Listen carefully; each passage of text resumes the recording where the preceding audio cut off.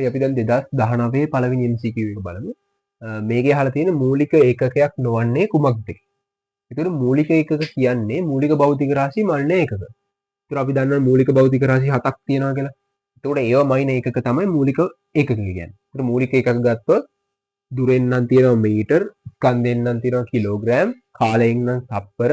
ඒ වගේ මූලික භෞතික රාශි 4ට අදාළ ඒකක තමයි මූලික ඒකක කියන්නේ. එතකොට අපෙන් අහන්නේ මෙතනදි මූලික ඒකකයක් නොවන්නේ මොකක්ද කියලා. හරි.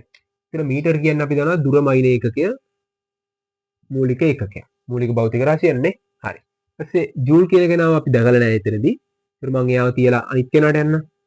කැන්ඩෙලා CD කියන්නේ එයා දීප්ත තීව්‍රතාවයමයි ඉන්නේ. ඒතර එයා මූලික ඒකකයක්. ඊපස්සේ මෙතන තියෙනවා කෙල්වින් කැපිටල් K. මතක තියාගන්න එතන අනිවාර්යෙන් කැපිටල් K තියෙන්න ඕනේ. කෙල්වින් කියන්නේ තාපගතික උෂ්ණත්වයමයි ඉන්න මූලික ඒකකයක්. එතකොට මවුල කියන්නේ පදාර්ථ ප්‍රමාණය නැත්නම් ද්‍රව්‍ය ප්‍රමාණයමයි ඉන්න ඒකකය. ඒතකොට මේකත් මූලික භෞතික රාශිය වලදී අපි කතා කරා. එතකොට මෙන්න මෙතන දෙවෙනියට තියෙන ජූල් කියන කෙනා තමයි උත්තරේ විදිහට ගන්න පුළුවන්. එයාව අපි මූලික භෞතික රාශිය යටතේ කතා කරේ නැහැ. එතකොට එයා මූලික ඒකකයක් නෙවෙයි.